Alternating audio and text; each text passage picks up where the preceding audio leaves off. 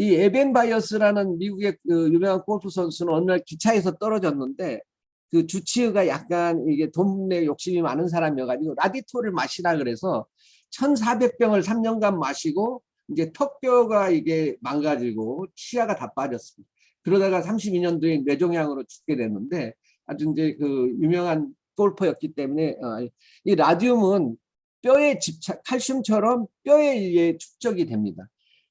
그래서 다발 그 재생불량성 빈혈이라는 그런 질병을 일으키는데 이제 큰 문제는 이제 이 라듐 걸스라고 알려져 있는 야광시계 공장들이 미국과 캐나다에 만들어졌고 이게 이제 독일서 개발은 됐지만 1차, 2차 대전 때 이제 연합군들이 굉장히 그 전쟁 그 군사용으로 사용을 했어요. 그래서 뭐 4,000명이 넘는 작업자들이 사용을 했는데 이걸 제작을 했는데 이걸 만들면서 이 영화로도 나왔습니다. 그래서 이 침으로 이렇게 바르는 모습인데 그러다 보니까 역시 이제 턱뼈나 몸뼈에 이제 이렇게 누적이 돼가지고 피해자들이 발생을 했고 39년도에는 거의 50여 명이 사망을 했습니다.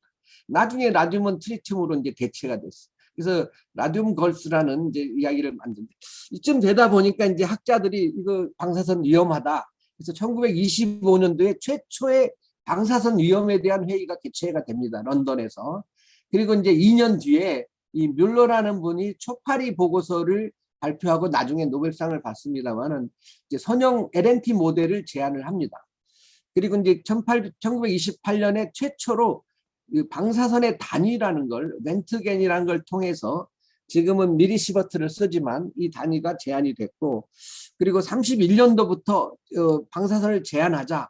그래서 31년도에 일반인 선량 기준은 500mS였는데 보시면은 이제 점점 당시 이제 1958년도까지 이게 점점 낮아집니다. 그래서 방사선에 대한 그 사고들과 위험들은 계속 보이는데 정확한 그 스터디가 이제 좀 덜 됐죠. 그래서 1958년도까지 낮아지다가 90년도에는 역시 현재도 50입니다만은 1년에 최대 50mS까지 작업자는 받을 수가 있고 이제 일반인 선량은 그거에 대략 10분의 1로 이제 낮춰졌었습니다. 그래서 작업자 선량이 50mS인데 5년 평균에 20mS, 아니 5년 동안 100ml니까 평균 20으로 나눠진 게 이제 1990년대 그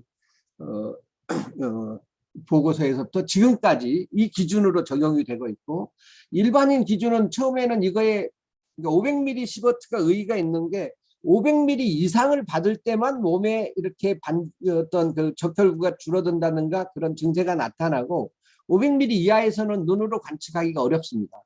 그래서 작업자 기준은 500으로 했었고 일반인은 10분의 1로 했었는데 이게 점점 낮아지면서 현재는 지나치게 낮게 1mS로 이제 책정이 되어 있습니다. 그래서 이걸 이제 이렇게 내려가는 걸 보고 그 반핵단체는 굉장히 그걸 악용을 하기도 하는데 제가 이런 이야기를 드리는 건 우리는 정확하게 알아야 된다는 뜻에서 말씀드리는 거고요. 그래서 방사선이 무슨 일을 하느냐? 방사선이 들어오면 원자의 전자를 떼어냅니다. 그러면 이 전자와 남은 원자는 전기를 띠기 때문에 화학적으로 굉장히 불안정합니다. 사실 방사선 아니더라도 우리가 먹는 음식물을 통해서 이게 활성산소가 만들어지는데 그것들이 우리 사람 몸에 온갖 병, 특히 암을 유발하는 거죠. 이렇게 이제 플러스 마이너스 이런 걸 라디칼이라고 하는데 이런 라디칼들이 여러 종류가 있고 이게 궁극적으로 타겟은 유전자입니다. 유전자를 때려서 유전자를 끊어버리거나 이걸 교체를 시키게 됩니다. 그런데 이제 방사선의 종류에 따라서 이렇게 알파나 중성자는 이 빨간 점이 이런 이온 현상을 표시한 건데 굉장히 그 많은 농도가 밀도가 높다는 거 알 수 있고 전자나 X선은 밀도가 낮죠. 그래서 이걸 고LET, 저LET 이렇게 부르게 됩니다. 이 고LET가 저LET보다 생물학적으로 훨씬 더 위험한데 그 이유가 우리가 유전자를 갖다가 이렇게 가위로 한번 자르면 유전자는 다시 복구를 합니다. 다시 붙여버려요. 그런데 유전자를 이렇게 자르고 또 잘라면 두 번을 자르면 완전히 떨어져 나가서 복구될 확률이 거의 없습니다. 그래서 저LET 라디에이션은 다시 복구가 가능한데 고LET는 물론 이것도 가능을 합니다만 복구가 안 될 확률이 크죠. 그래서 알파나 양성자, 중성자는 같은 에너지의 엑스레이보다 혹은 감마선, 전자선보다 생물학적인 데미지가 더 크게 됩니다. 그래서 이게 방사선의 영향에 관련되는 인자들이 몇 가지가 있는데, 우선 LET가 관련이 되고요. 그 다음에 일순간에 피폭을 했냐 아니면 천천히 했느냐에 따라서 세포들이 자기 복구 기능이 작동하느냐 안 하느냐에 차이가 있습니다. 그리고 이제 얼마나 받은 총량에 또 관계가 있고요. 그것들이 이제 방사선의 종류, 시간, 선량률, 또 선량에 따라서 다르게 나타나는데, 크게 이제 인간 레벨에 있어서 영향은 급성 효과, 만성 효과, 유전적 효과 이렇게 세 가지로 나눌 수가 있습니다.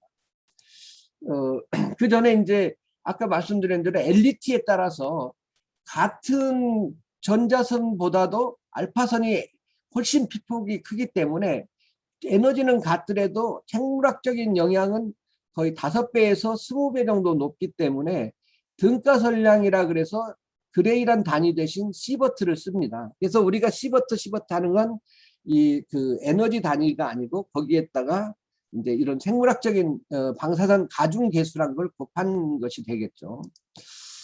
인체 영향은 여러 가지로 이제 볼 수가 있는데, 이세에 나타나느냐, 당대에 나타나느냐, 그리고 급성으로 나타나느냐, 아니면 이제 임산부를 통해서 태아에 나타나느냐, 그 다음에 몇 년, 5년 내지 20년 후에 나타나느냐에 따라서 이렇게 나눠지고, 여러 가지 그 증상들이 이제 이런 종류에 따라서 나눠집니다. 이때 이제 그 유전적인 영향이라든가 암이 만들어진 이 두 가지를 우리가 확률론적 영향이라고 하고, 나머지 전부 다 합하여서 이걸 그 급성 방사선 영향이라고 부르기 때문에 세 가지로 급성 영향, 그다음에 암, 그리고 유전적인 영향 이렇게 나눠서 이야기를 합니다. 그래서 그게 100mSv 이하에서는 뭐 전혀 영향이 관측이 안 되고요. 좀 100에서 이제 1000mSv 정도까지 되면은 처음에 이제 그 피를 만드는 기관에 문제가 되고, 그 이상이 되면은 소화기관에 문제가 일어나고, 더 높은 2000mSv 이상이 되면 사망도 할 수 있는데, 이 신경계통에 이제 장애를 일으킵니다. 그리고 이제 그 만성 장애는 100mSv 이하에서도 그 암이라든가 임산부에 의한 태아 영향은 없는 걸로 알려져 있고, 100에서 약 1000 사이가 문제입니다. 1000이 넘어가면 이미 이렇게 그 저설량으로 오래 받을 수가 없기 때문에 100에서 1000 사이는 이제 이런 만성 영향인 암이라든가 이제 어린애들의 선천성 장애의 증가가 있을 수 있습니다. 증가가 있습니다. 이게 이제 우리가 관측된 많은 데이터는 이 영역의 데이터가 되겠죠. 그래서 이제 정상세포가 이렇게 DNA가 쪼개지면 돌연변이가 되는 거죠, DNA. 그러면 이걸 복구를 합니다. 복구를 못할 경우에 이게 악성 세포군이 되면 다시 이것들이 자살을 시도하거나 또 복구를 하게 됩니다. 그게 또 안 되면은 이게 종양으로까지 가는데, 그래서 이 과정이 한 2년에서 5년 걸립니다. 그래서 방사선에 의해서 암이 됐는지 우리가 2년이나 5년 뒤 또는 10년, 20년 뒤에 알기 때문에 사실 정확히 측정하기도 어려운 거죠. 그렇지만 이제 그 데이터가 지금은 좀 존재합니다. 어쨌든 중요한 점은 이 세포는 가만히 있지 않고 DNA 끊어진 것을 복구를 합니다. 사실 우리 몸에는 음식 때문에 매일 우리 몸에 이런 DNA 끊어지는 건 세포당 몇천 개씩 일어나고, 우리 몸 전체로 이런 돌연변이 세포는 하루에도 몇만 개씩 만들어집니다. 방사선이 아니더라도. 방사선은 거기에 약간 추가하는 것이죠. 방사선을 많이 받으면 이미 음식물, 독극물에 의해서 만들어지는 하루에 5만 개라면 거기에 한 1000개가 더 더해지는 거죠. 그래서 결국은 몸의 영향은 방사선이든 음식물이든 똑같습니다.